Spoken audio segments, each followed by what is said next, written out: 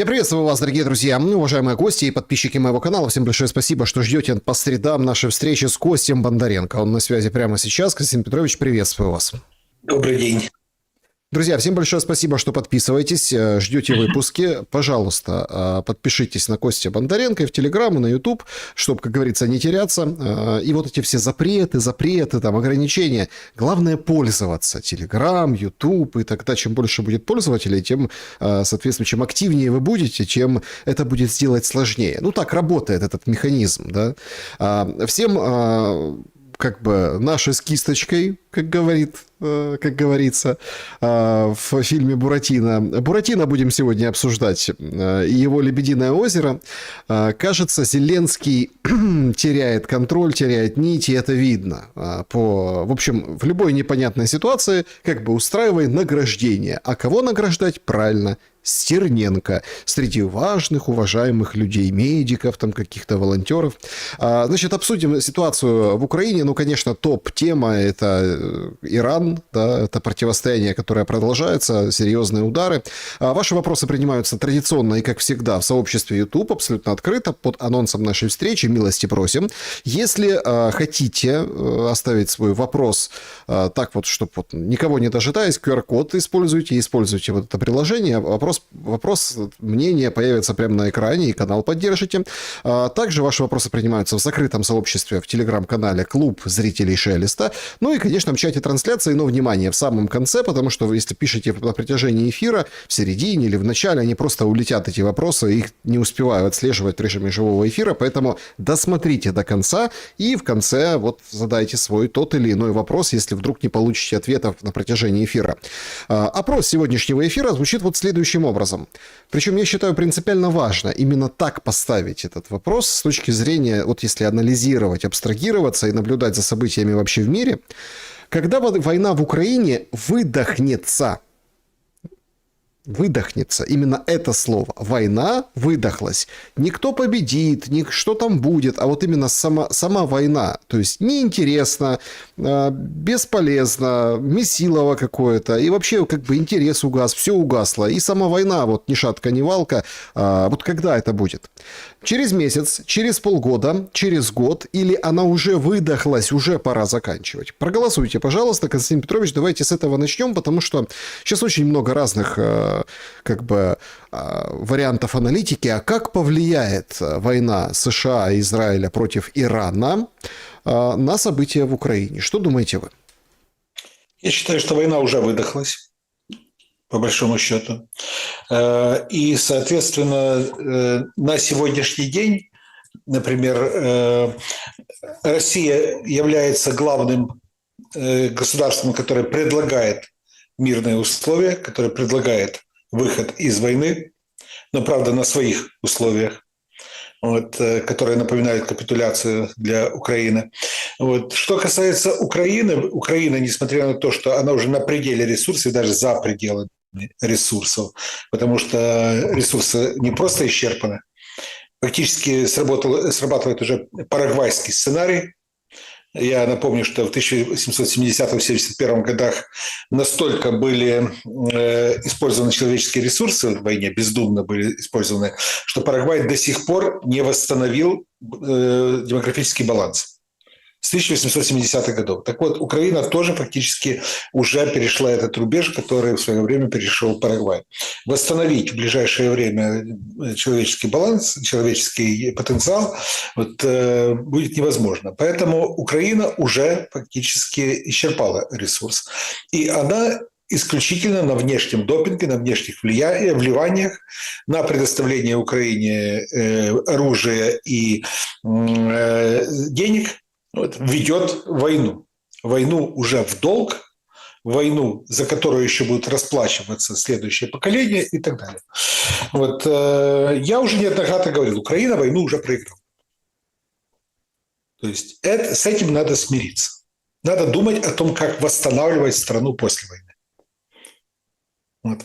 Поэтому я считаю, что уже фактически исчерпан ресурс, и война уже фактически перешла в ту стадию, когда она практически становится уже нонсенсом. Агрессия Трампа Какое словосочетание, да, вот прям против Ирана. Его сейчас всячески оправдывают. Она же четко Украине демонстрирует,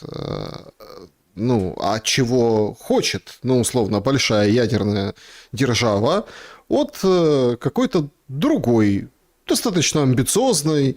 Тут, конечно, Украину и Иран я бы не сравнивал, безусловно, это не поддается сравнениям по диспозиции и так далее, диспозиции сторон на начало. В общем, от другой, как бы не ядерной, но стремящейся к каким-то амбициозным высотам страны. Словарь один и тот же, заметили? Мы еще не начинали, мы не начинаем, а заканчиваем. А вот мы ударили первые, потому что они бы ударили по нам. Понимаете?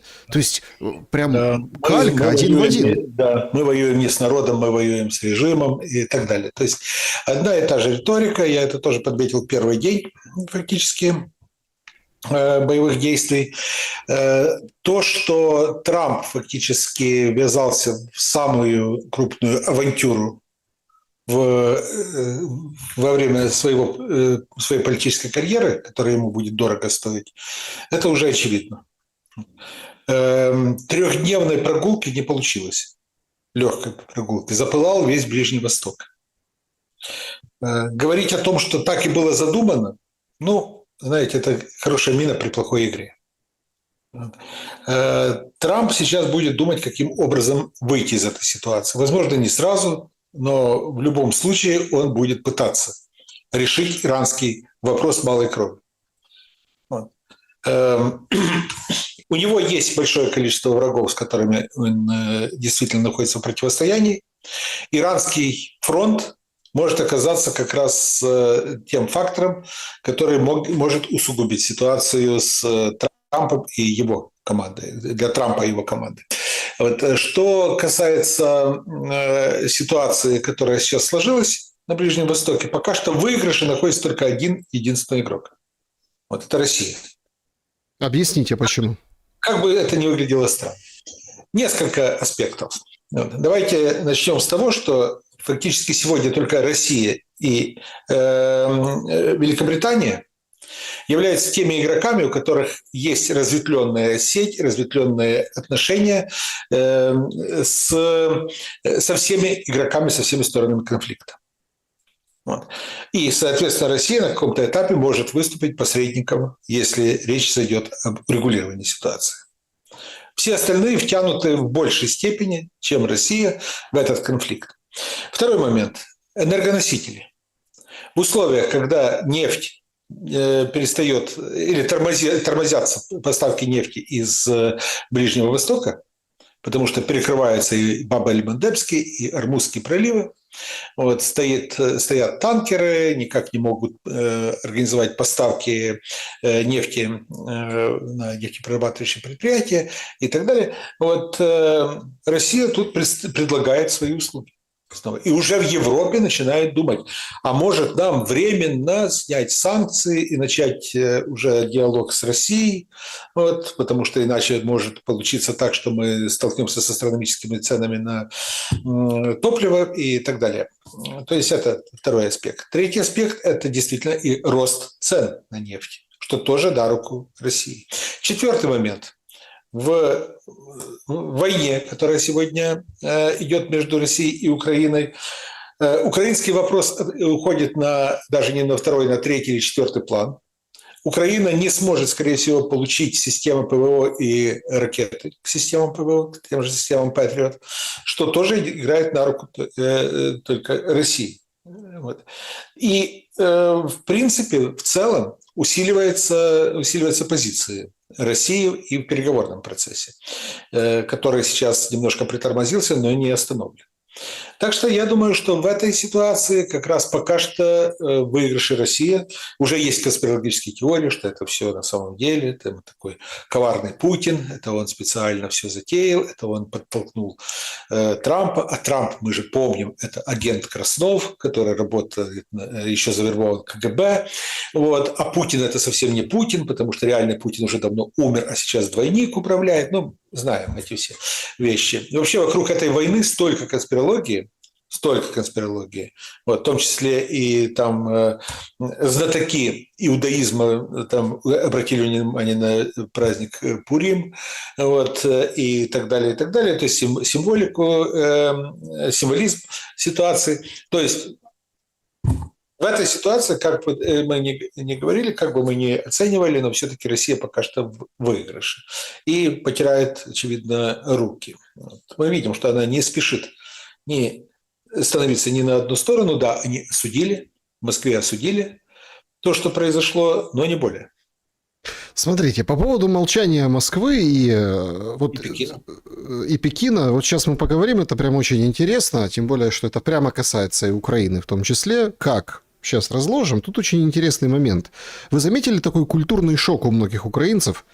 Вот смотрите, война, да? Вот смотрите, ну, да, там, Дубай, вот эти... Да. Господи, ну вот эти мемы, да, там о том, как вот там Янукович в Арафатке остановитесь, дубайский ТЦК, тероборона Дубая. О, да. То есть абсолютная история, когда тихое место, город богатых, город, где там люди, в общем-то, как угодно зарабатывали деньги, и там вот эти все статусные, запустили вот этот тренд о том, что, ну, там всякие девочки, да, девушки, которые там ищут свою судьбу, говорят, что вот, там, по нам стреляют, но с такими мужчинами не страшно, и нарезка видео, там, в Арафатках ходят вот эти шейхи, ну, или вот эти там бизнесмены. Потрясающе просто. Но по большому-то счету это же разрушен целый репутационный вот такой мировой хаб, да, который ассоциировался с богатством и роскошью, а Путин не виноват. Более того, сейчас скаканули цены на бензин, причем нормальные люди, адекватные, они говорят, ребята, не может цена на бензин за 3 дня, в общем, в Европе, в Украине стрельнуть и скакануть не может, потому что это же куплено вот по этой цене, бог знает когда, отфрактовано, передано, поставлено, оно вот оно, например, там, не знаю, в Киевской области на нефтехранилище стоит, оно вот по той еще цене куплено, бог знает когда, а вот сегодня уже скачок. И опять Путин не виноват. Ну, ценообразование обычно у нас устроено немножко по-другому. И цены на бензин не зависят от того, насколько, по какой цене этот бензин закупался, там, условно, или нефтепродукты закупались, а реагируют на те вызовы, на те сигналы, которые поступают извне, которые влияют на рынок как раз. Ну, соответственно, новые колебания на рынке, сразу же начинается повышение цен на всякий случай. Вот. Что касается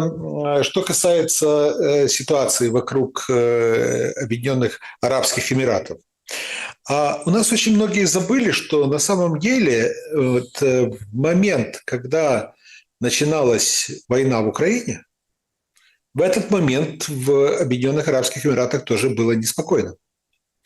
Йеменские хуситы постоянно обстреливали Абу-Даби, вот, постоянно обстреливали другие Эмираты, и, соответственно, вот, очевидцы мне просто рассказывали, за несколько дней перед войной, которые были в Эмиратах, они мне звонили оттуда и говорили, о, ты знаешь, а тут вот ракеты летают, тут такое, вот, такая экзотика, оказывается, ракеты летают, их сбивают, тут так громко.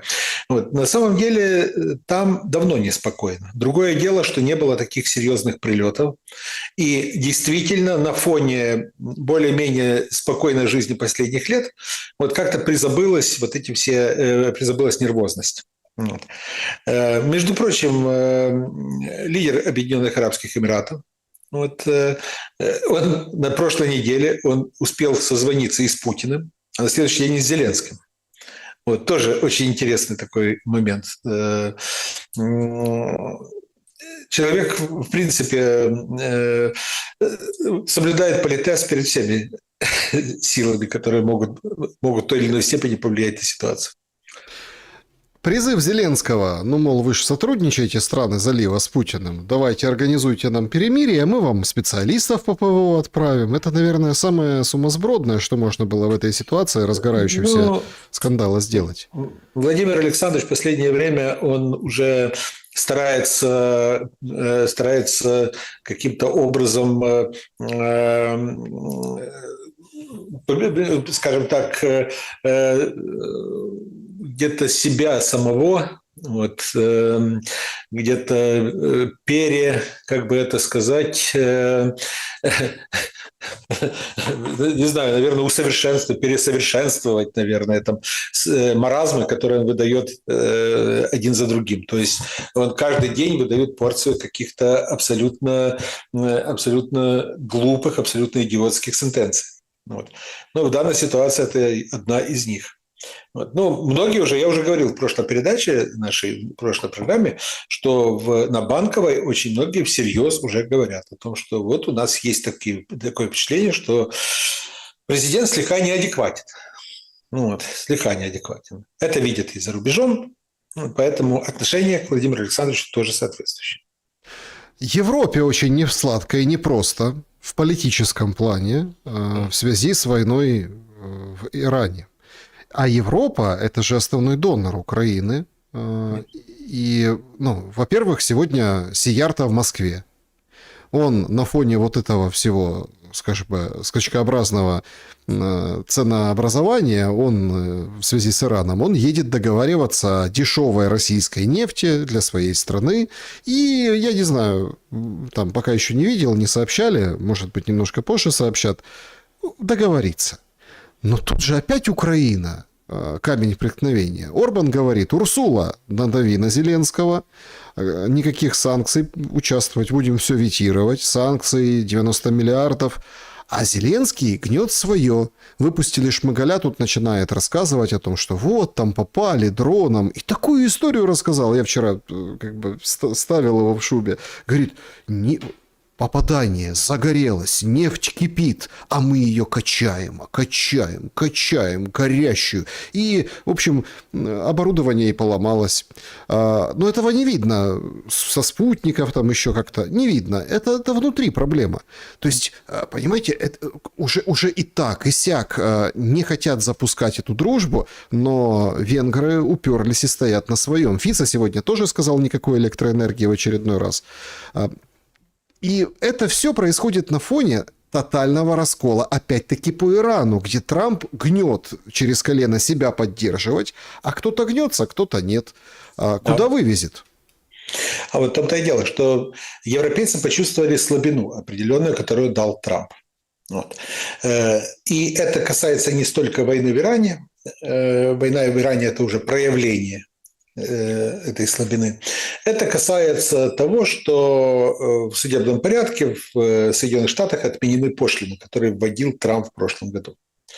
И тут европейцы воспряли.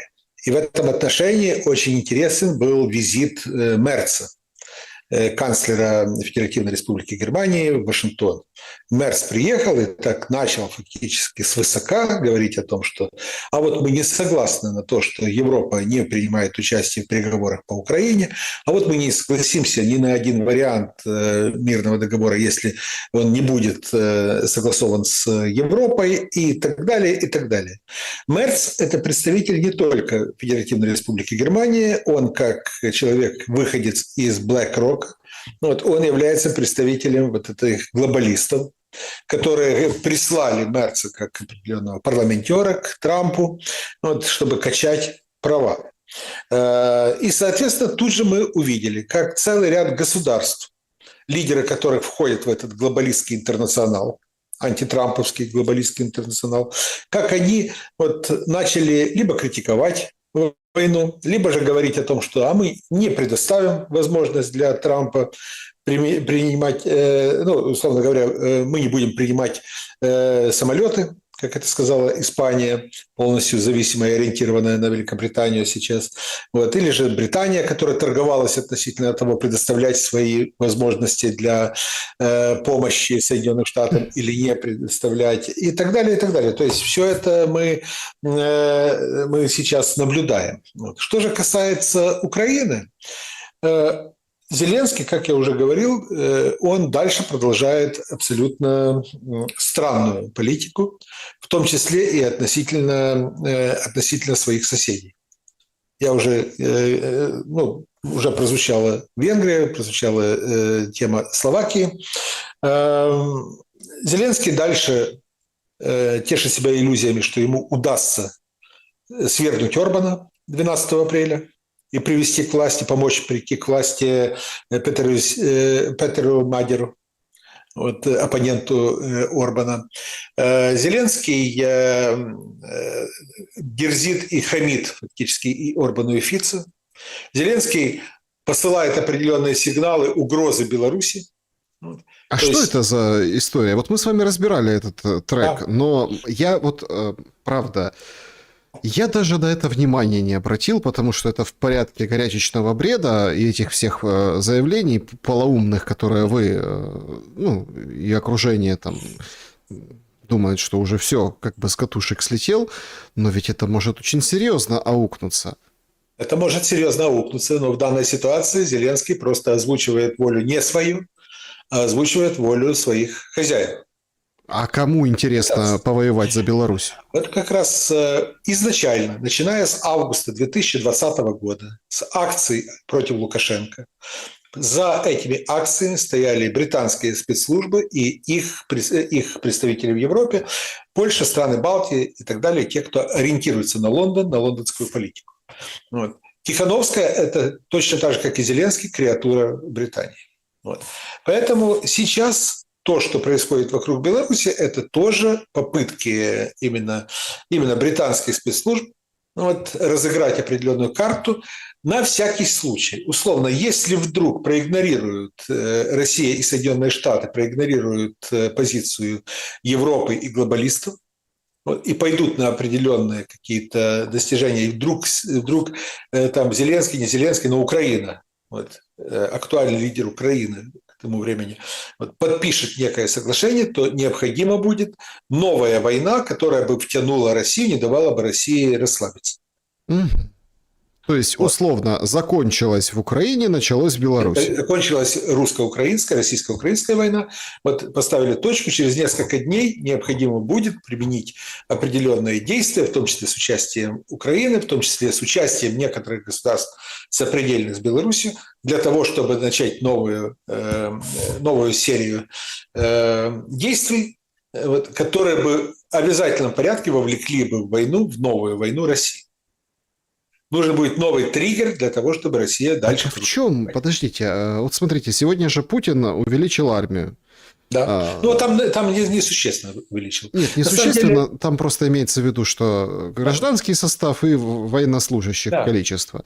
В целом большое вроде как количество. 2 400 000 человек, армия, да, действительно увеличена. Но увеличена не существенно, потому что предыдущее увеличение, там, это почти, если я не ошибаюсь, 2 200 000, если не ошибаюсь. Или даже 250. То есть я не могу понять выгоды, чтобы Россия постоянно воевала. А, по-моему, Россия за 4 года доказала, что она как бы и воюет, и чего-то может на других фронтах. Да, именно так. Это вызывает большое напряжение. У России есть опыт войны, это первое. У государств НАТО этого опыта нет. Мне человек, который прошел через иностранный легион во Франции, он говорил, что, извините, пожалуйста, но немцы – это никакие не вояки. Немцы, которые принимали участие в каких-то там миротворческих акциях, это были люди, которые выходили, говорят, даже в туалет в бронежилетах, извините, пожалуйста, и просили постоянно, чтобы их прикрывали те же французы, прикрывали, когда они движутся даже по относительно безопасной территории. Это один из нюансов. И Европа чудесно понимает, что ее вооруженные силы не готовы к противостоянию с Россией. Россия наращивает свое вооружение, постоянно наращивает. Темпы бешеные. Причем не зря вице-премьер российского правительства Мантуров буквально 2 недели назад получил звание Героя России. Вот. Так что ведомство Чемезова, вот, направление, которое курирует Мантуров, вот, они делают свое дело. Стоит это признать. Поэтому в данной ситуации Россия дальше выглядит как угроза для Европы. С одной стороны, Европа понимает, что необходимо предпринять определенные действия для того, чтобы Россию привести к упадку, расчленению и появлению вместо одного государства 10-15 зависимых государств, а, соответственно, через эту формулу через 10-15 лет получить доступ к ресурсам. Россия – это главное. С другой стороны, Европа понимает, что сама она вот, в прямом столкновении она точно не сможет сейчас быть эффективной. Вернемся к Украине. Все уже вот по-честному привыкли, да, к этому позиционированию, что это инструмент в руках и так далее, и так далее. Но сейчас как-то этот инструмент отложили, и он грустит. Отсюда, наверное, несуразное заявление Зеленского о привлечении внимания всяческим образом, да, там, а вот я там приглашаю, мне, правда, никто не просил, но я говорю, что давайте, мы готовы помочь, вспоминается этот 100-летний договор. Сегодня, кстати, Британия сообщила, что готова поучаствовать в войне против Ирана, но опять-таки, понятно, что это все очень эмоционально, да, эмоции и жути там нагоняет и Америка та же, да, и КСИР, и, в общем, отвечает Иран. Ну, то если без эмоций, ну так а что это за война? Потопили корабли. Ну, понятно, подлодка потопила корабли. Ну, там, они пошли на дно, там, 80 человек уже, как бы, вообще 100, но 8 в Индийском океане убиты, да, вот после попадания в один из кораблей. Но, опять-таки, война максимально дистанционная. Война за счет средств огневого поражения. Многие в комментариях, вот и сегодня, и вот на протяжении этих дней задают понятные вопросы. Слушайте, а почему никто ничего не поставит? Почему никто не предоставит оружие? Почему никто не выйдет и не скажет: коалицию желающих создадим вокруг Ирана? Потому что Трамп, если честно, бесится. Они вот говорят о какой-то крутой мощи, но давайте честно, да, вот таким макаром они ничего не выиграют, да, вот бомбят этот же Иран.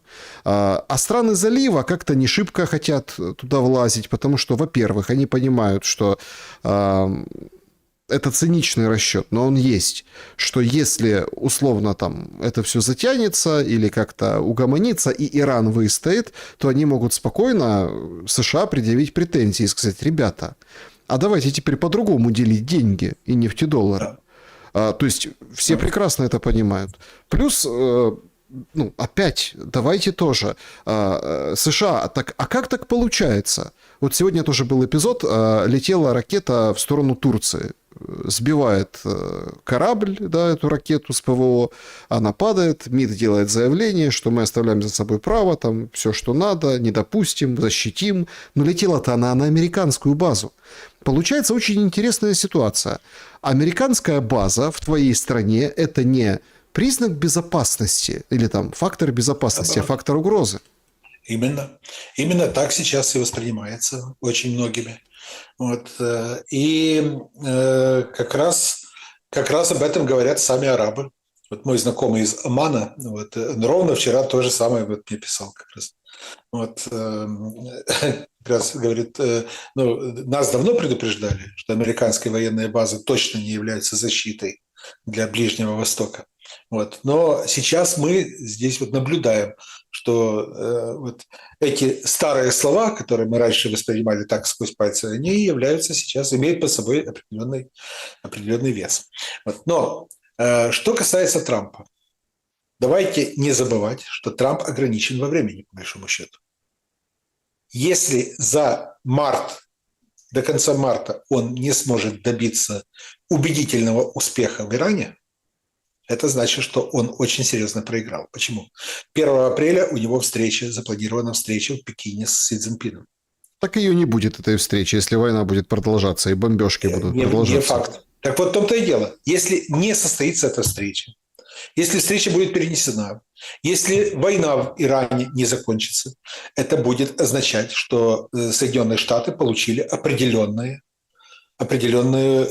скажем так, пропустили шайбу серьезную внешнеполитическую. Вот. Это будет означать слабость Соединенных Штатов, не силу точно. Вот. Поэтому я думаю, что в этом плане для Трампа очень важно именно закончить войну с минимальными имиджевыми потерями, с максимальной возможностью для пиара определенного, потому что иначе как-то будет не по-пацански. Есть еще один аспект вот этой энергоресурсной войны, которая даже страшнее, чем непосредственно вот эти бомбежки. Я имею в виду не страны, не Иран, то есть не страны, которые вовлечены, да, а страны, которые вокруг, европейцев, всех-всех-всех. Это вот танкерная война.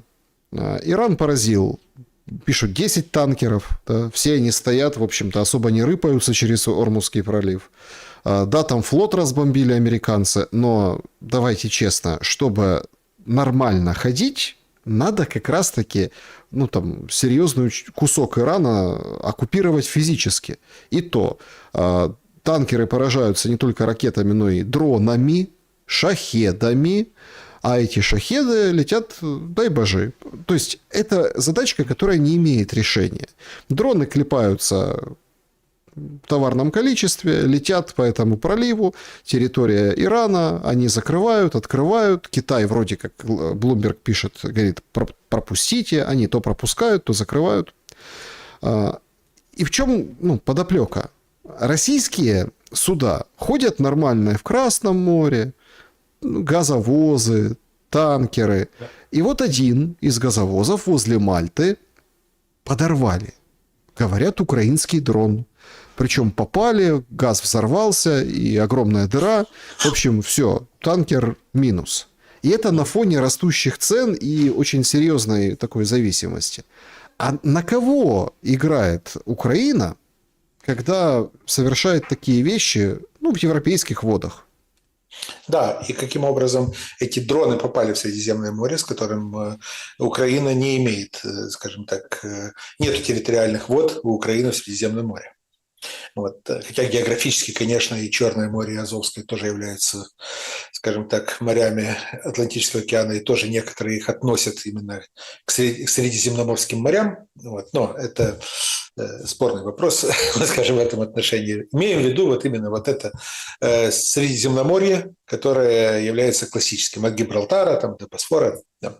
Вот. Что касается того, каким образом там появились украинские дроны. Вот. То есть они туда были привезены, они туда были доставлены, то есть они стартовали с берегов какого-то государства, очевидно, члена НАТО. И очевидно, что Россия в данной ситуации будет иметь определенные претензии к этим государствам. Понятное дело, что это будет такая просто дипломатическая нота, скорее всего, вот, не более. Но сам факт заставляет задуматься. И опять же, а кто от этого выиграл или проиграл? Куда этот газ должен был быть доставлен? Кто конечный пользователь этого газа? Если сам газовоз в Средиземном море. Вопросы, естественно, риторические, и, наверное, на них должны будут дать ответ не политологи, наверное. Нет, безусловно. А что касается вашего вопроса предыдущего относительно странности этой войны, нынешней войны, так сейчас все войны странные. Извините, а украинско-российская война или российско-украинская, она же начиналась совершенно по-другому, чем она ведется сейчас. Поменялся характер войны, и она все равно остается странной. Западные эксперты, западные военные аналитики, вот я общаюсь там с одним австрийским военным аналитиком, достаточно серьезным, он первым, наверное, обратил внимание, говорит, что война у вас странная. У вас процент мирного населения, гражданского населения, которое гибнет в войне, вот, является невысоким по сравнению с другими войнами. Начиная со Второй мировой войны и даже с Первой, там, скажем так, процент людей, которые погибли, вот, гражданских людей, которые погибли в конфликте, он превышает процент людей, которые погибли на поле боя. Основные жертвы среди мирного населения, а не среди военных. Сирийский конфликт был, наверное, последним, где была такая вот тенденция. Хотя мы сейчас видим, эту тенденцию возрождается она в Тегеране, в Иране, вокруг Ирана, где идет бомбардировка вот именно гражданских объектов. Вот в Украине все-таки, несмотря на то, что есть высокий трагизм ситуации, вот количество мирных людей, мирных граждан, которые погибли в ходе конфликта, меньше, чем количество военных, которые погибли. Это первый момент. Второй момент – это то, что старая техника, которая раньше считалась там основой для ведения боя, там самолеты, танки и так далее, вот, они оказались бесполезными в этой войне. Они играют второстепенную роль. Война перешла в разряд войны дронов. И вот если завтра Соединенные Штаты попытаются начать сухопутную операцию, они тоже столкнутся с этой проблемой. Потому что сухопутные операции, эта сухопутная операция в нынешнем Иране, она будет абсолютно бесперспективной и абсолютно не будет напоминать сухопутную операцию, например, в Ираке в 2003 году. Это уже совершенно иная будет война. Вот поэтому, опять же, в Соединенных Штатах начинают говорить о том, что мы не планируем никакую сухопутную операцию. Так что, да, действительно, каждая война, которая сейчас начинается на планете, она выглядит достаточно странно с точки зрения тех, кто привыкли рассматривать старые войны как классические войны, как войны, которые уже занесены в учебник. Вот каждая война на сегодняшний день очень серьезно отличается от стандартов. У меня есть еще один, вероятный выгодополучатель всего происходящего – это Израиль. Вообще сейчас в Америке, и об этом, кстати, пишет активно аналитика, совершенно разная, и американская, безусловно, и там и россияне пишут об этом, и там, плюс-минус, я имею в виду, независимых, да, что, постойте, товарищи, Нетаньяху управляет Трампом, и это он лично его подвел под монастырь. И даже вот эти сентенции Рубио о том, что вот мы опередили, они бы ударили, в общем, Израиль бы ударил по Ирану, а те бы ударили по нам, поэтому вот так вот, или там оправдание о том, они сейчас бы сделали эту ядерную бомбу, и потом им вообще никто ничего не мог бы сказать. Выглядят, извините, так по-детски. Неужели настолько это серьезно, что внутри Америки есть условное крыло относительно молодых политиков американских, которые, в общем, они противостоят израильскому лобби. Об этом серьезно уже говорят. И там Financial Times сегодня, например, целый материал посвятила, почему молчал Венс так долго. Хотя он же вроде военный, он же вроде должен быть на передовой. Иранская война, она, в принципе, может стать тем поворотным моментом, который рассорит двух молодых политиков. Венса и Кушнера. До сих пор они выступали как союзники. Я уже говорил о том, что окружение Трампа состояло в начале его президентства из 3 частей. Первая часть – это семья, это Кушнер в первую очередь, дочь Иванка, там сыновья и так далее. Уитков как друг семьи. То есть это первая часть. Это самое ближайшее окружение. Вторая часть – это самые ближайшие союзники – это МАГА. Это Венс, это Тиль, это Хексет и прочие. Это люди, которые поддержали Трампа и которые обеспечивают идеологическую основу его нынешнего режима. Третья часть – это республиканцы, которые выступили тоже в роли союзников Трампа, поддержав его в 2024 году на президентских выборах, но у них немного другое видение политики. Они считают, что политика должна соблюдать определенные традиции, которые характерны для американского истеблишмента, что необходимо соблюдать баланс интересов, который существовал в обществе, что нельзя рубить с плеча, что Европа должна быть союзником, а Россия и Китай должны быть соперниками нашими, условно говоря, американскими. Вот, и так далее. И их немного бросает в дрожь то, как ведет себя Трамп в последнее время. Они начинают роптать и искать какие-то пути даже примирения со своими оппонентами-демократами. Начинают вырабатывать общие платформы даже, эти бывшие союзники. Их главным выразителем в окружении Трампа является Рубио. Вот. Марко Рубио, госсекретарь, по совместительству советник по вопросам национальной безопасности в окружении Трампа. Так вот, что касается этих трех групп, до последнего времени Кушнер и Венс выступали как такая мощная единая сила, которая могла в том числе противостоять республиканцам и каким-то образом усмирять этих же республиканцев. Но иранский конфликт, он во многом вбил клинья, потому что между этими двумя первыми группами, основными группами. Почему? Кушнер постоянно лоббирует интересы Израиля.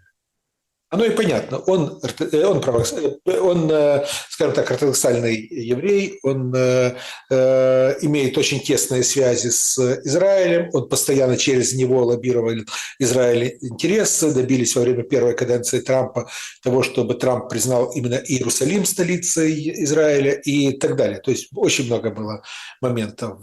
Сейчас Нетаньяху тоже посредством Кушнера пытается продвинуть свои интересы. Что не нравится Венсу? Категорически не нравится Венсу. Так что... А в чем интерес Израиля в войне? Тут не интерес Израиля, тут интерес Нетаньяху. Вот это вот надо тоже разложить. Здесь в данной ситуации в Израиле тоже постоянно говорят, вы не путайте интересы Израиля и Нетаньяху, потому что по отношению к Нетаньяху есть очень серьезная оппозиция, которая давала о себе знать и в октябре 2022 года, во времена тех событий, которые предшествовали Газе и которые стали следствием трагедии в Газе, и позже, и так далее. Но, одним словом, воинственность Нетаньяху – это залог его пребывания у власти, так же, как и у Зеленского, если коротко. Ну, просто по Тель-Авиву тоже бьют. Да. У них там военная цензура, они просто не показывают это. Но тут внезапный залетный там китайский репортер все показал. Все показал. Это правда. Так что... Хотя, опять же, странность войны состоит в том, что одни, вот мы видим картинку о том, как взрывается все. Другие непосредственно с Тель-Авива говорят, да нет, у нас все спокойно. Вот. Простые люди. Возможно, где-то там, да, слышали что-то, но ужаса такого нет, как бы говорят. Но, опять же, кому верить? Если на клетке с буйволом увидишь надпись «Слон, не верь глазам своим», как говорил Кузьма Прутков. Это да. Если мы попробуем понять замысел, и вот понятно, что это где-то версии, конспирология, и сейчас, конечно, люди просто, с одной стороны, наелись всякой конспирологии, а с другой стороны, она вот сбывается у них на глазах, да, по поводу интересов Израиля как государства, как народа и интересов верхушки. У Нетаньяху, я напомню, сколько там уголовных дел, да? 3 или 4? Да. Именно это я имел в виду, когда говорил, что вот ровно до тех пор, пока идет война, его дела не возбуждают. Да, то есть, но не дают им ход. Опять-таки, конспирология, которая там некоторые товарищи, кстати, евреи, но не сионисты, связали с делом Эпштейна. Это дело, которое сейчас рассматривается. И ясно, что Иран сейчас как бы отвлекает внимание достаточно крепко. Понятно, что никто не будет войны начинать, тем более вот такие, из-за того, чтобы как бы рты кому-то позатыкать. Нет. Но сам факт этого совпадения, Эндрю поймали этого британского, и выпустили. Выходит Стармер, говорит, мы не будем воевать. Трамп топнул ножкой, как бы, да, представляя вот это сионистское лобби. И он так говорит, да нет, ну ладно, будем, вот отправляем свой там какой-то корабль. Он, правда, неделю будет идти к Кипру, ну, тем не менее. Смотрите, важный аспект. Вот выход из иранской войны, он будет похож на выход из там, украинской войны? Ну вот это же прямо сейчас очень важно. Все зависит от того, как долго продлится сама война в Иране. Выйти из войны можно в первый месяц, первых 2 месяца. Без существенных проблем. Да, будут потом там судачить, говорить о том, что это было, а вообще проигрыш или выигрыш. Но если война затягивается, чем дольше затягивается война, тем сложнее выйти из этой войны. Условно говоря, у Украины был шанс в апреле 2022 года закончить войну, причем со значительно меньшими потерями и территориальными, и человеческими, и имиджевыми, вот я имею в виду стамбульские договоренности, чем то, что предлагается сейчас.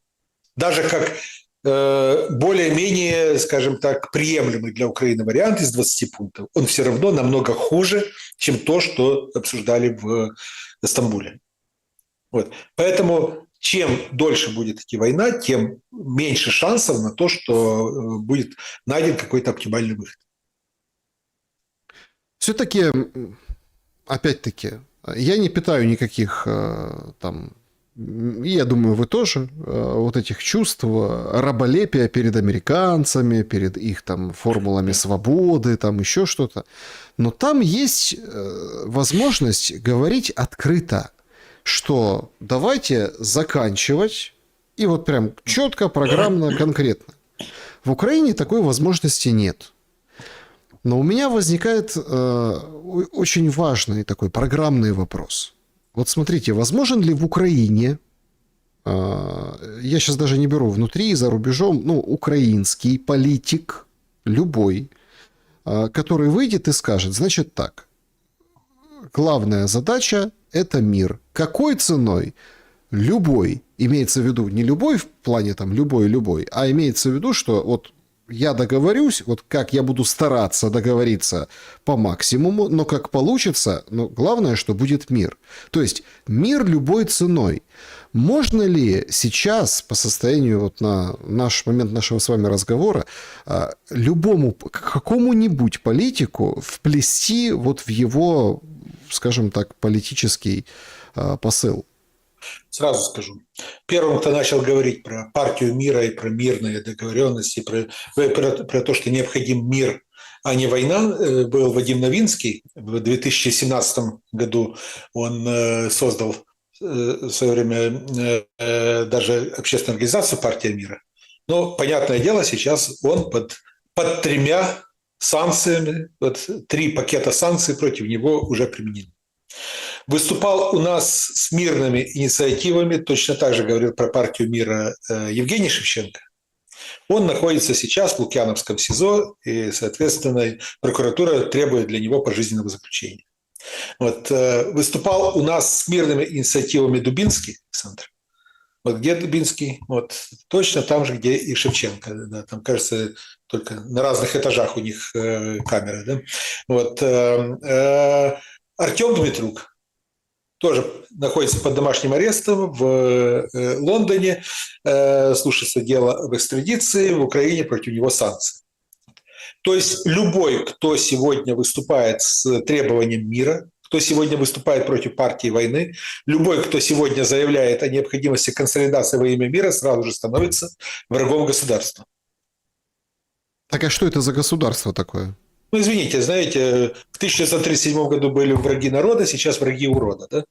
Вот, то есть в этом только разница между нынешней ситуацией и 1937 годом.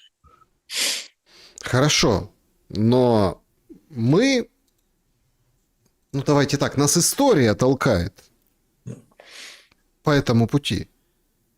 История толкает нас по пути, что, ну, смотрите, просто...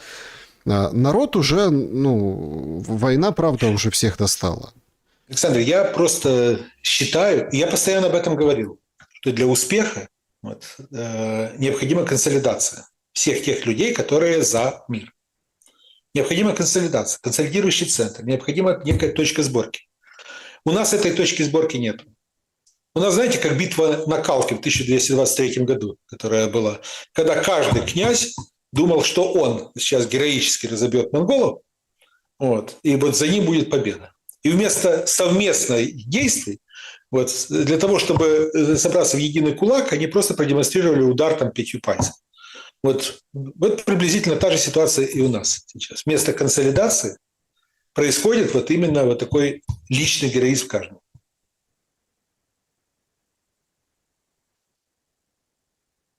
Залужный. Еще один представитель партии войны. Усик. Тоже. А Усик почему представитель партии войны? А он ни разу не выступил в поддержку именно мира, мирной концепции и так далее.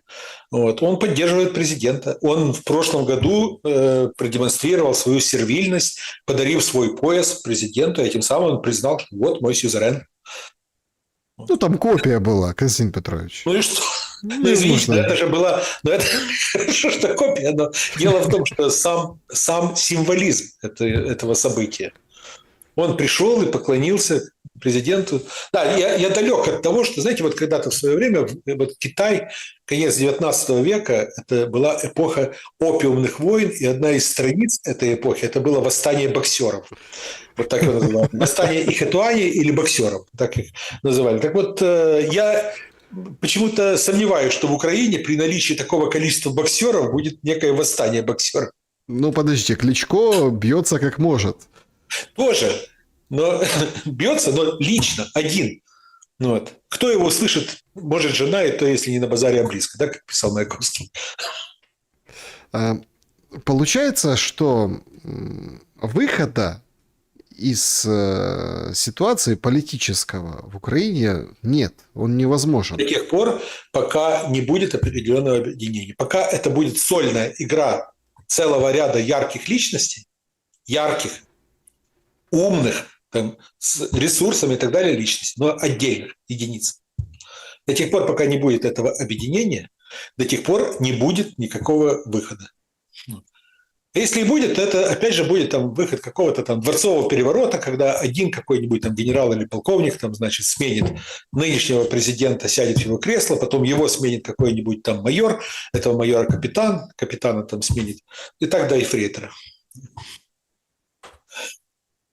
Многие сетуют на благородство. Ну, вот это такое романтическое, такое гусарское благородство российской стороны. Мол, опять Америка показала, как надо проводить СВО. Уничтожили всех с Израилем вместе, а потом уничтожили там, вот, поставили министра обороны, его тоже уничтожили.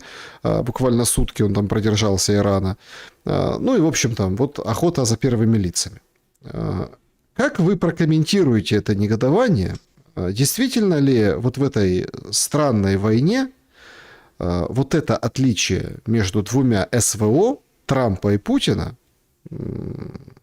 оно как бы на виду? Да, это абсолютно разный подход, разная идеология. Абсолютно разная идеология.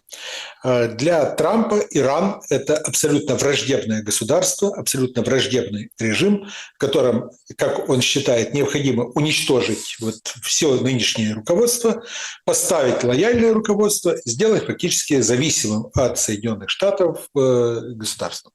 Что касается Путина. У Путина идеологически изначально он всюду заявляет, и его средства массовой информации заявляют о том, что это не война против Украины, это война против режима в Украине, против, скажем так, нацистов, как их называет российская пропаганда, значит, против нацистов. Вот. А на самом деле украинский народ и российский – это суть один народ. Вот. Так считают в Москве. Вспомните, в июле 2021 года Путин опубликовал, причем на русском и на украинском языках одновременно, вот, на сайте президента Российской Федерации Кремль.орг вот, появляется статья на украинском языке, в том числе, вот, о единстве русского и украинского народов. То есть с точки зрения Путина он считает, что он противостоит Западу, противостоит марионеткам Запада, фашистующим марионеткам Запада, но не народу. Народ – это плоть от плоти, вот это одна единая там семья и так далее. Заблудшие, но все-таки. Это вот идеология. Для Трампа эти сантименты не существуют. Он приходит как завоеватель, он приходит как поработитель, вот, и как человек, для которого вот местное население, которое живет на этой территории, это большая проблема. Так что идеологически две разные концепции.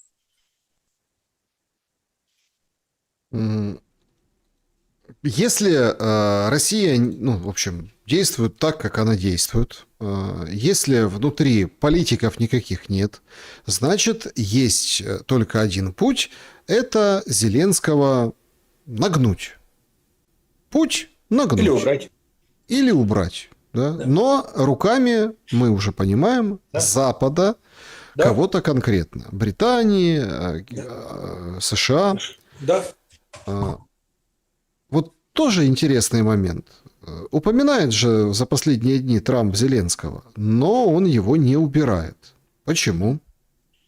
Опять же, по той причине, что он не хочет, чтобы его обвинили в том, что из-за него провалилась такая чудесная вот возможность влияния на Россию.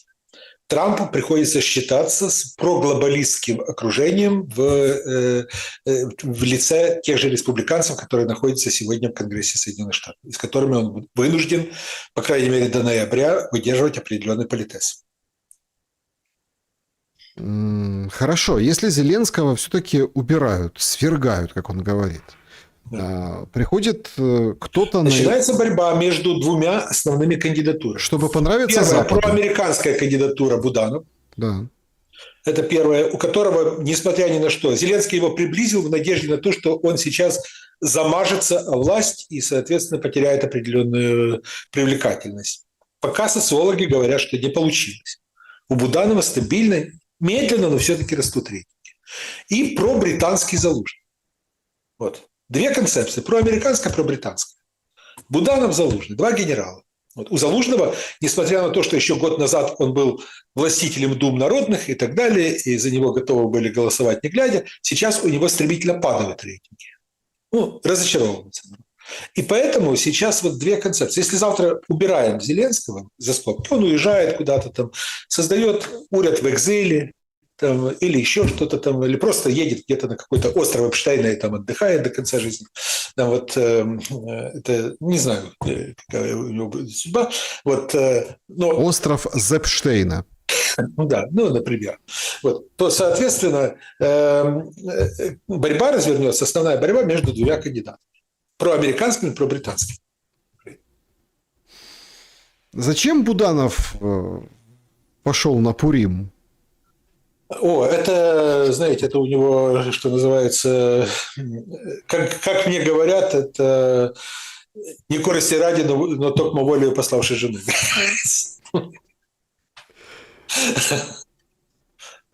Нет, ну серьезно, смотрите. Буданов очень активно как-то начинает демонстрировать такое,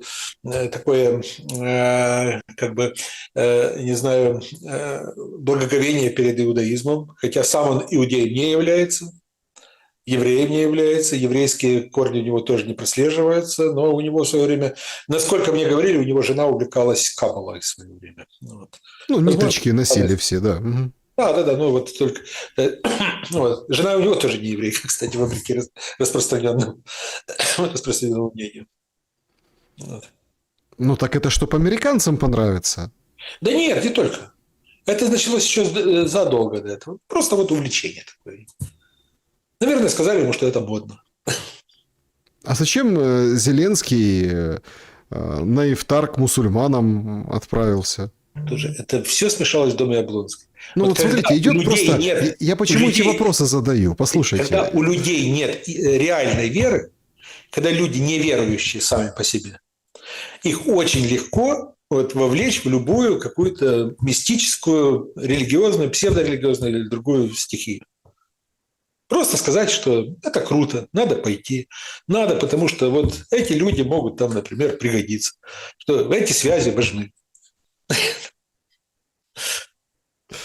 Это, конечно, нечто. То, что... Извините, Зеленский является атеистом. Несмотря на то, что он еврей по происхождению, он не иудей. Он атеист. Он неверующий. Он не верит, он не ходит в синагогу. Вот, и так далее. Но он точно так же не является и воцерковленным в других церквях. Да. Кстати, когда он стал президентом, это было в августе 2019 года, он в присутствии там, целого ряда людей посетил Киево-Печерскую лавру и обещал вот, креститься и креститься в православии. Причем в Украинской православной церкви, которую потом он предавал гонению.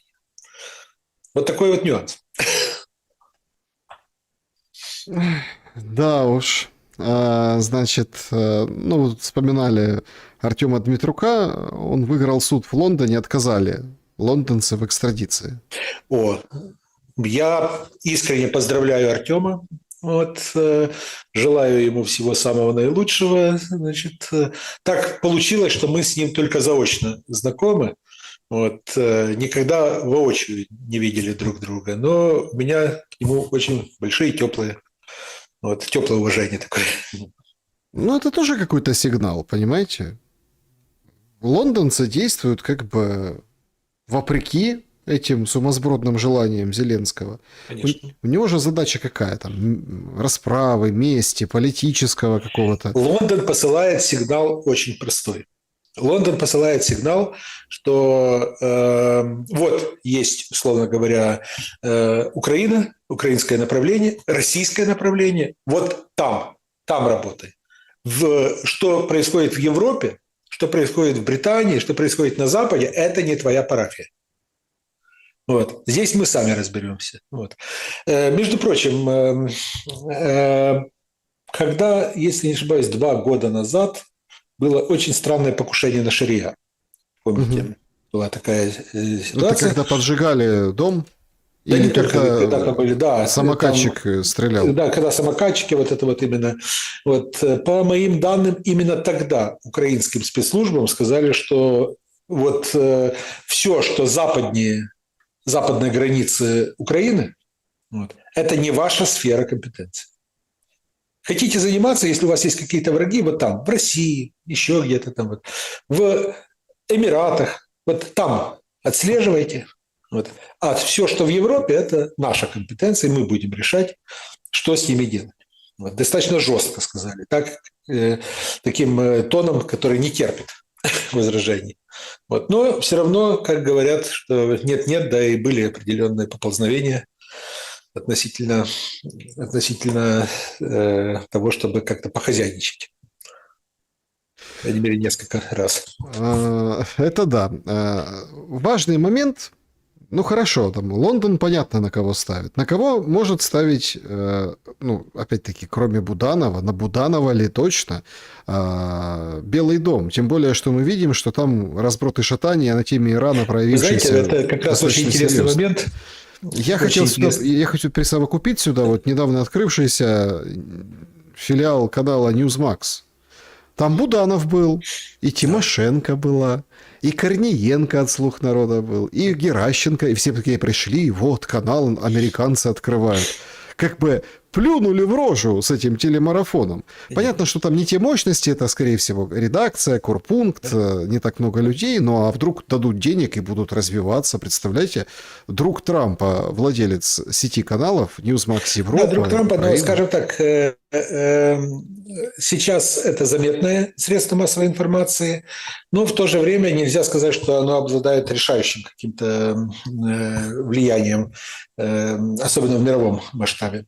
Что касается этого открытия этого средства массовой информации, я, конечно, поздравляю Людмилу Немырю. Вот, это и достойно, и я считаю, что она тоже является очень профессиональным человеком.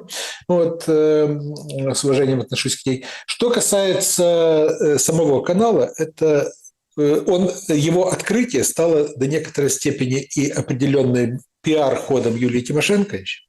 Все чудесно понимают, кто такой Григорий Немыря. Это один из ближайших соратников Юлии Владимировны. И даже если бы Юлия Тимошенко не пришла на открытие, все бы все равно бы в тусовке, что называется, связали бы это с Юлией Тимошенко. Вот это важный момент, который стоит учесть. И для той же Тимошенко само наличие такого канала будет служить определенной охранной грамотой. Теперь ее вряд ли тронут, потому что все понимают, что да, франшиза, все прочее, но центр этого телевизионного канала, центральный офис находится в Вашингтоне, и там человек руководит этим каналом, у которого есть номер телефона Трампа. Это да. Ну, в общем, как это? Независимые, воюем за независимость. Сразу видно все признаки независимой политики, независимой страны. Понятное дело, что в этой ситуации, обычно, если появляется независимое средство массовой информации, офис президента действует. Есть два варианта действий. Первый – это запретить. Второй – это договориться. Очевидно, что будут пытаться договариваться. Запретить они не смогут. Это да. Подведем итоги нашего опроса сегодняшнего. Когда война в Украине выдохнется, 5% через месяц, 15% через полгода, 26% через год и 53% уже выдохлась. Заканчивать пора. Вот такие результаты. Что скажете? Видите, как-то мы солидаризируемся с большинством. Ну, правда. Я вам финальный такой вопрос задам. Слушайте, а что если вот эта вся заваруха с Ираном, не то что договорняк, но, давайте я так выражусь, соответствует духу Анкориджа? Условно. Версия тоже уже звучала, вот смотрите, в том числе и в российских СМИ. То есть, смотрите, популяет себе Трамп по Ирану, нагонит жути, снимет гешефт с фондовых рынков крипты, нефтяных, всего остального, торжественно выйдет оттуда, скажет: ребята, говорит, вот ты, Трамп, негодяй. Он скажет: отстаньте, я уничтожу. Сейчас там уже приходит сегодняшний брифинг, и там говорит, сколько там процентов? 78% ракет, сколько-то там пустовых установок. Короче, все уже обезжирили этот Иран, и он сказал: все, они теперь не смогут. Помните, как 12-дневная война заканчивалась? Они теперь не смогут годами ничего, производить. И вот на этих щах Трамп развернется и умотает. А все будут дальше зализывать раны, разгребать это все. Он заработает деньжат, скажет: я победил, я закончил войну, которую начал, и все, и замечательно. Нет, это было бы, конечно, понятно, и на это он надеялся, если бы Иран не продолжал ответные эти удары. А где гарантия, что Трамп, например, выходит из Ирана, а Иран не продолжает обстреливать все государства залива, не продолжает войну, не переводит войну в горячую стадию с той же Саудовской Аравией и так далее.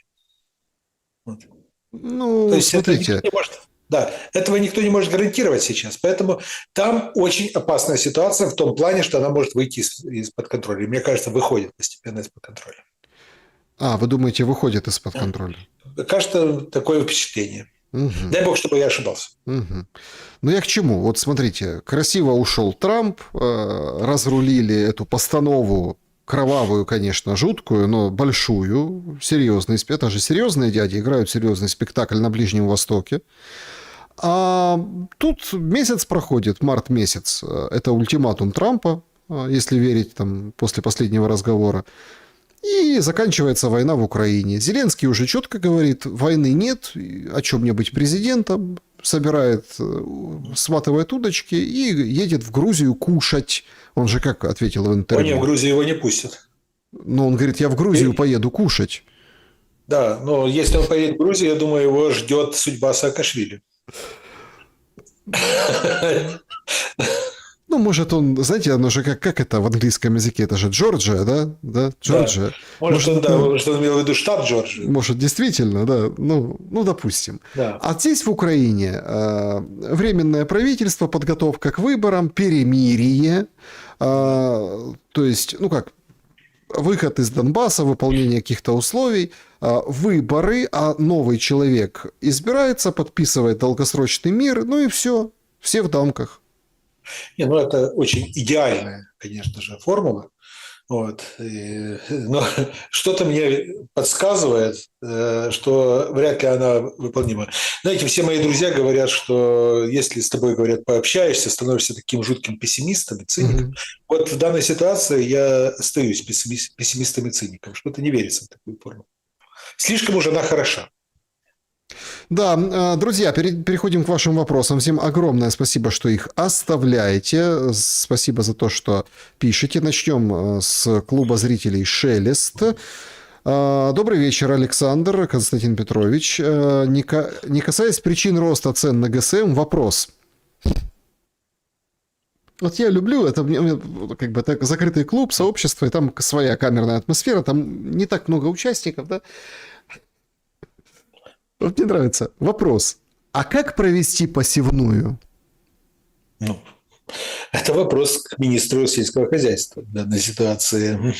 Плюс ко всему, к посевной обычно готовятся, вот я помню по курсу агрономии, были когда-то такие школьные комбинаты, знаете, вот и нас возили в 9-10 классах, мы ездили, получали там профтехобразование там специальное раз в неделю. Так вот, там был курс агрономии. Так вот, нам там рассказывали, что вообще-то о посевной необходимо думать и запасаться и семенами, и горюче-смазочными материалами примерно в январе-феврале. В марте уже поздно. Да.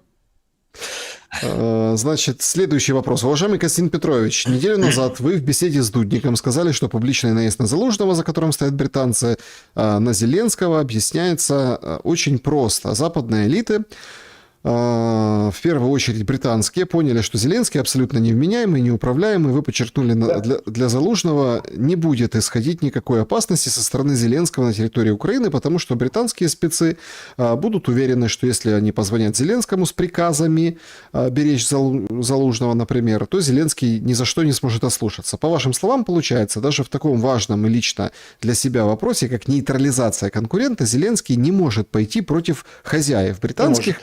Он полностью управляем. В чем тогда конкретно, по-вашему, заключается неуправляемость Зеленского для Британии? И на самом деле он не устраивает британцев, и они планируют его убрать и поменять? А может, просто посылают демонстрации Залужного сигнал России другим, чтобы не случилось с Зеленским, какая бы роковая случайность, вектор государства Украины не поменяется? Смотрите, помните, предшественник Залужного Пристайко? Вот, был посол Украины в Великобритании. Лето 2023 года вот, он покритиковал, вот, невзначай покритиковал Зеленского за нарушение протокола, фактически за нарушение протокола в ходе саммита НАТО, который проходил в Лондоне.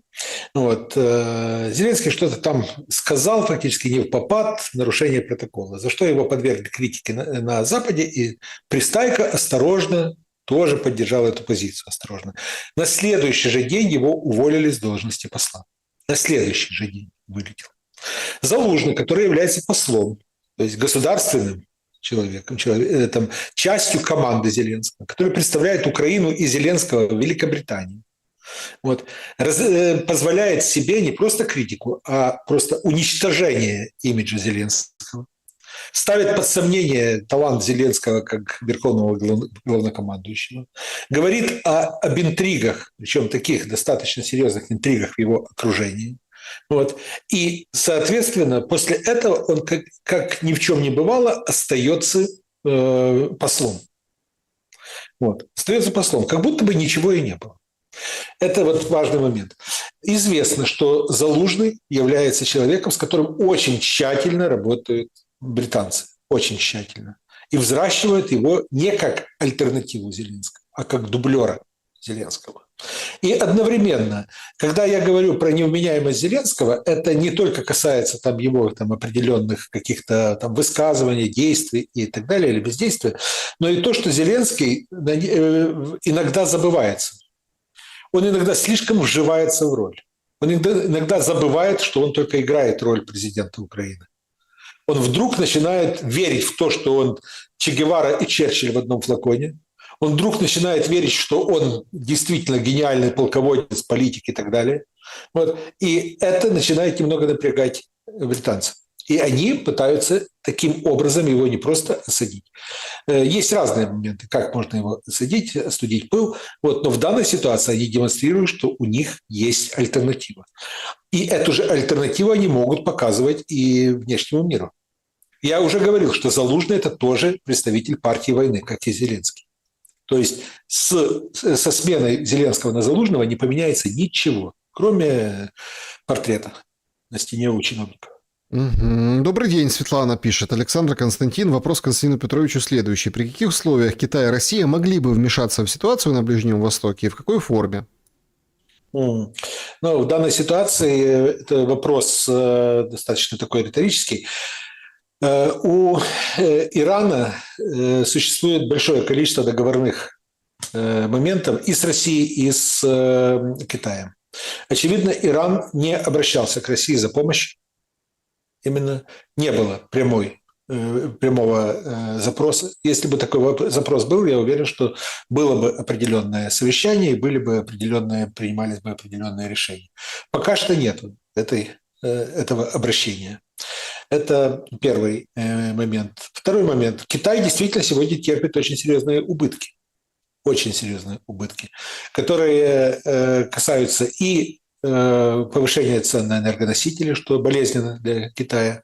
Пока еще не настолько, но в принципе в перспективе они действительно очень серьезно ударят по экономике Китая. Второй момент – это сам дефицит энергоносителей. И третий момент – через территорию нынешней стабильности, боевых действий и так далее проходит транспортный коридор, в который Китай вложил более $1 триллиона уже на сегодняшний день. Транспортный коридор Китай-Африка.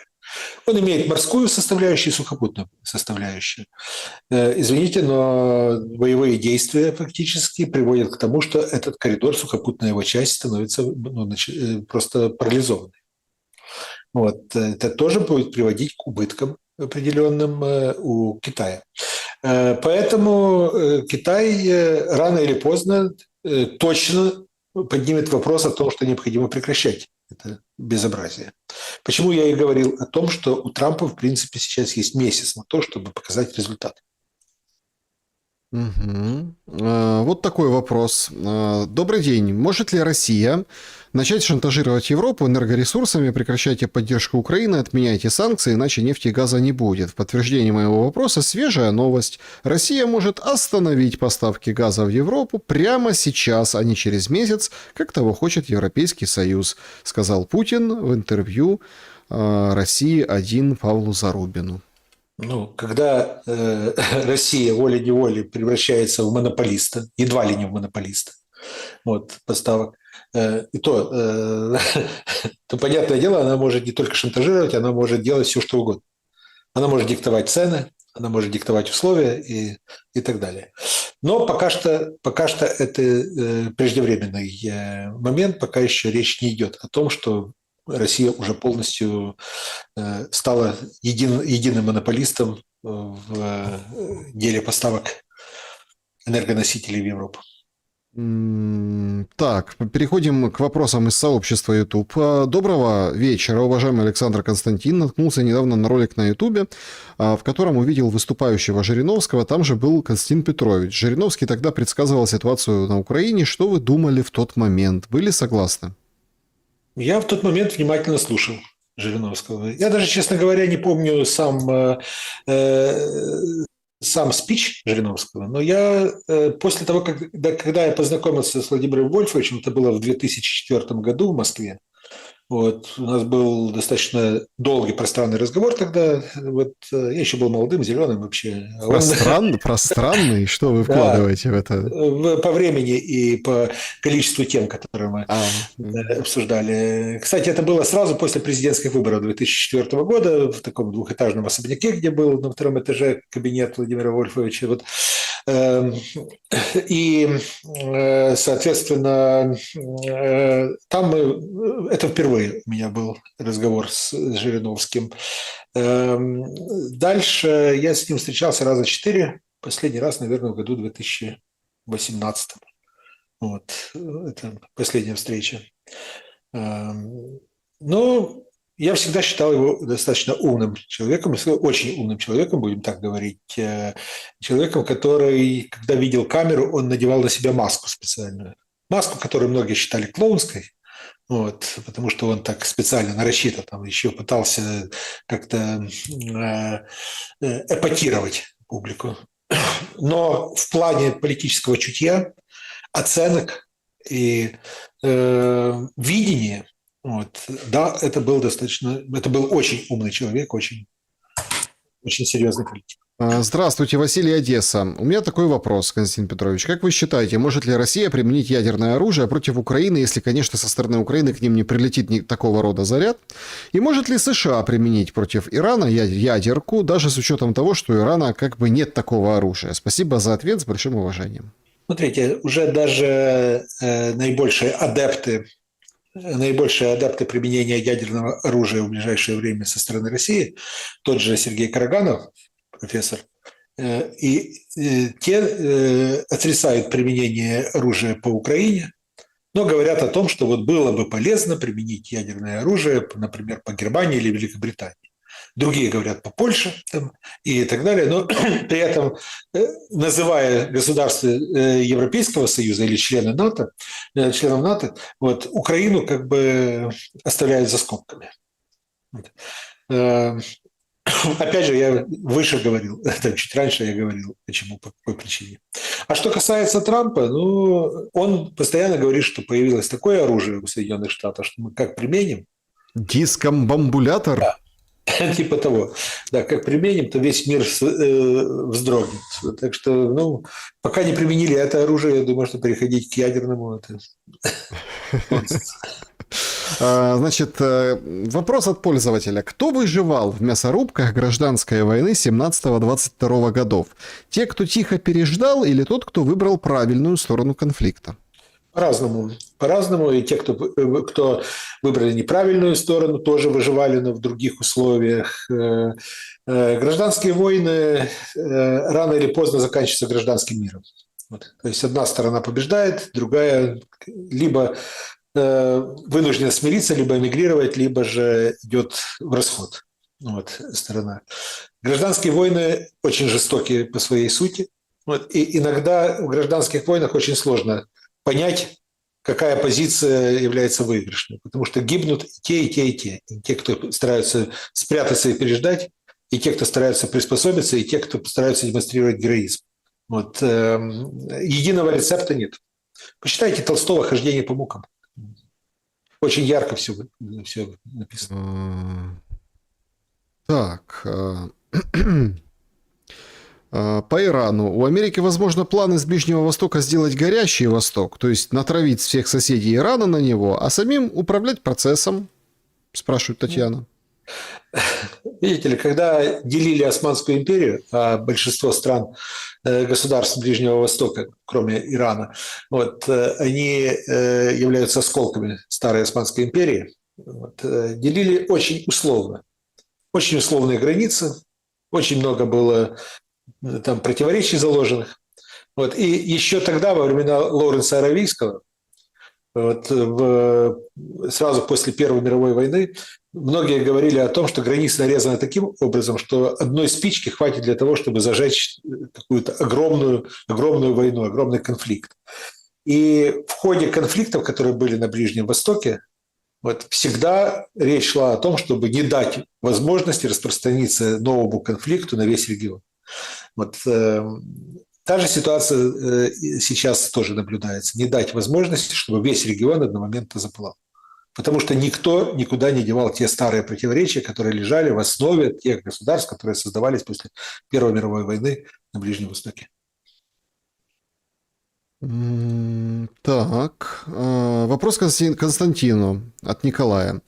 Жаль, не успел задать ближе к 23 февраля. Константин Петрович, вы как историк и к тому же служили в рядах доблестной советской армии. Я люблю слушать ваши эфиры, но пару раз в разных эфирах ловил вас на фактологических ошибках, говоря о событиях в Венгрии 1956 года и действиях ограниченного контингента в Афганистане. Вы называли армию не советской, а российской. Я понимаю, что это просто оговорки. Это оговорки, да. Но ведь похоже на оговорки по Фрейду. Когда хочется абстрагироваться от неоднозначных моментов в нашей общей истории, и на подкорке мозга это проецируется на других. Может, все-таки 35 лет специальной обработки, декоммунизация и на вас повлияли? Пробилась уже защита непредвзятого историка? Вполне возможно, но когда речь идет, например, о событиях 1968 года в Чехословакии, я постоянно говорю о том, что это была не советская оккупация, это была украинская оккупация Чехословакии. Потому что и большинство солдат, которые принимали участие в этой операции, и специально созданный Прикарпатский военный округ, тогда, вот, и специально и высшее командование, которое отдавало приказы, все были тотально украинцами. Вопрос как раз. Ну, понятное дело, что это шутки ради, это говорю. Но иногда, понимаете, иногда бывает, накладываются определенные стереотипы, штампы. Вот, есть такой исторический анекдот, что якобы, когда впервые советская делегация, советские ветераны, вот, где-то во времена Горбачева приехали в Трептов парк, и там какому-то седовласому ветерану поручили выступить с приветственной речью, вот, он достал бумажку, надел очки и сказал: «Дорогие немецко-фашистские оккупанты». Знаете, так что штампы иногда начинают доминировать в сознании и вырываются непроизвольно. Сергей задает, кстати, интересный вопрос. Вечер добрый. Не кажется ли вам, что новая военная доктрина Трампа, ну, это типа блицкриг посредством уничтожения лидеров оппонентов, является более честной по отношению к простым людям, чем долгая война? Ну, если бы речь шла только об уничтожении лидеров, вот, и если бы не страдали там девочки в начальной школе и просто рядовые граждане, было бы, наверное, можно бы говорить о более честной войне. Вот. Но, к сожалению, страдают мирные люди. Знаменитый украинский историк Грушевский в своих трудах часто ссылался на теорию Дмитрия Корсакова о том, что великороссы, Алекс Шевченко пишет, произошли от украинцев, переселившихся на северо-восток и вступавших в беспорядочные половые связи с развратными финно-угорскими женщинами. Вопрос, как такую хрень можно всерьез считать исторической наукой? В XIX веке было очень много экзотических взглядов. Вот, история только-только начинала формироваться, не только в Российской империи, не только в рамках Российской империи. Посмотрите на взгляды, там, например, того же Духинского, вот, на которые, кстати, ссылался Маркс даже, вот, относительно того, что русские не имеют никакого отношения к славянам. Посмотрите на труды Емельяна Агановского, вот, который считал, что галичане они не имеют отношения к остальным украинцам, потому что галичане – это готы, вот, потомки готов. Вот.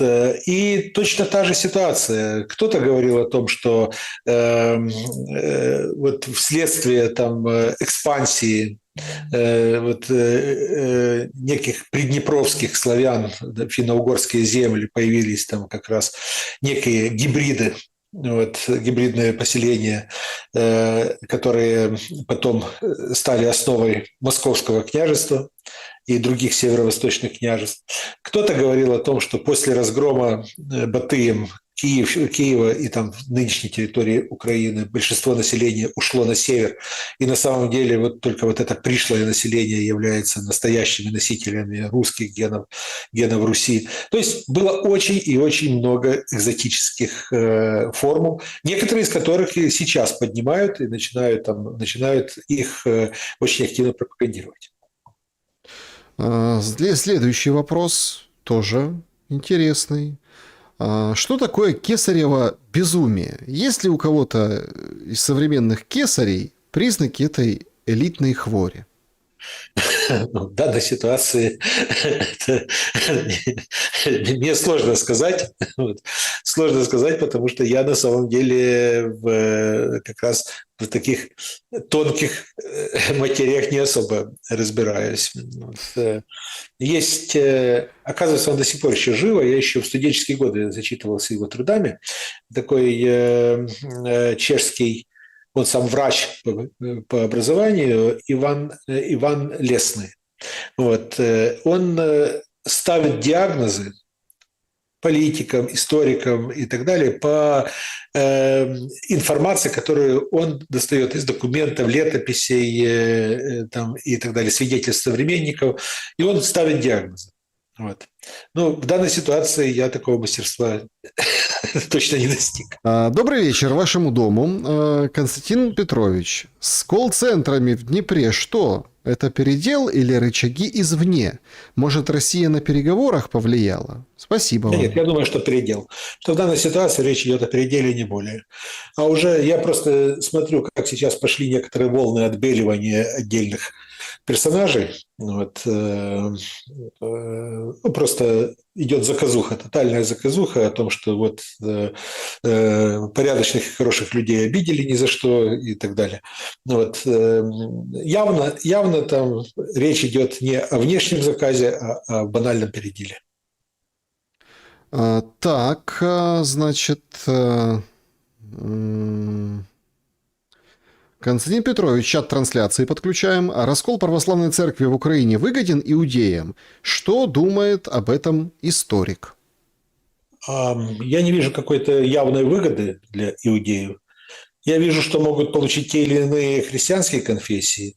Знаете, если бы храмы массово переходили в иудаизм и отходили, там, превращались в синагоги, или же там христиане массово там проходили гиюр, ну, вот, и становились иудеями, тогда еще можно было бы. А Буданов?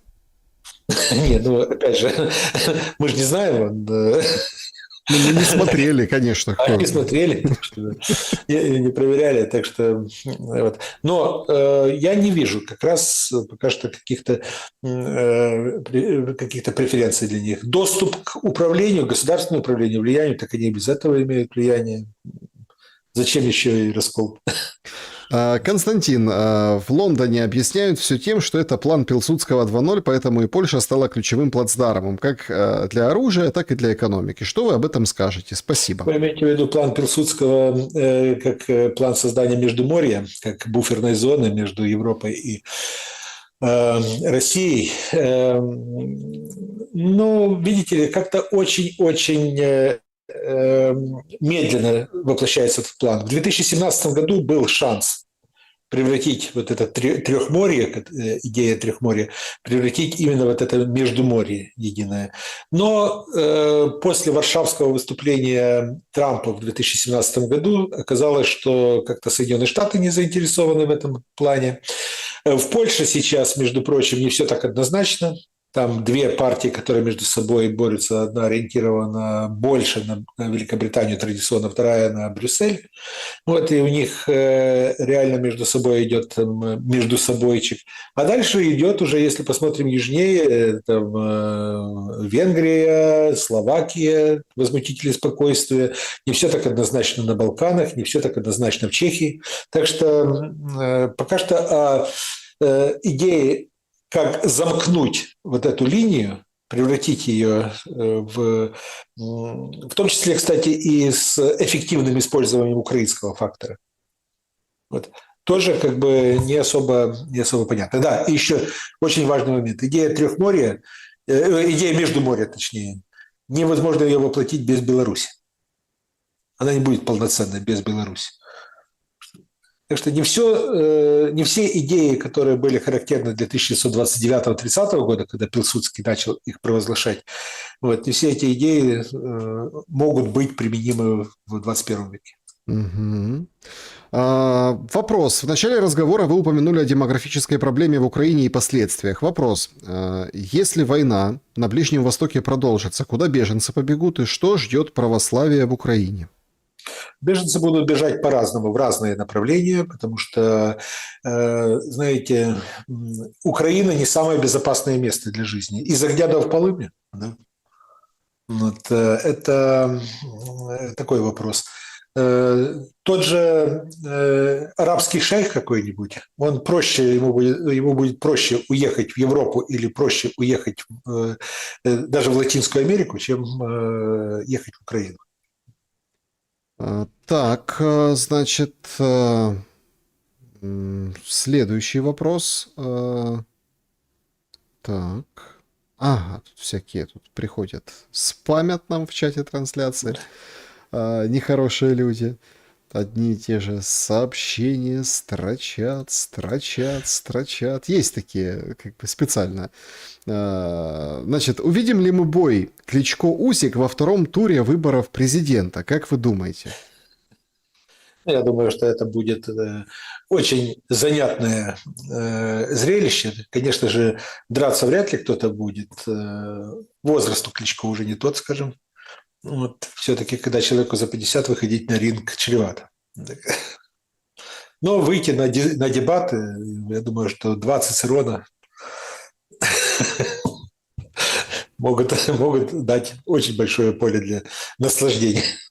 Если Путин воюет против режима, почему убиты сотни тысяч украинцев? Может, просто нет возможности ликвидировать режим руководства ВСУ? Или не разрешают американцы с британцами? Извините, сотни тысяч человек, я еще раз говорил о том, что вот среди гражданского населения процент значительно меньше, чем среди погибших на поле боя. Если мы посчитаем, сколько людей погибло в ходе этого конфликта и сравним в процентном соотношении с войнами в Сирии, во Вьетнаме, в ирано-иракский конфликт, который имел место и так далее, то в процентном соотношении количество погибших гражданских в Украине не идет в сравнение с другими конфликтами. Первая армия мира не смогла защитить ни одной военной базы на Ближнем Востоке от государства, находящегося 50 лет под санкциями. Уйти из всего этого хуже, чем остаться. У Трампа цуцванг? Спасибо за эфир. Олег задает вопрос. У Трампа сложная ситуация, и ему действительно придется каким-то образом, очевидно, и менять тактику, и принимать какие-то решения, исходя из уроков иранской войны. Да, друзья,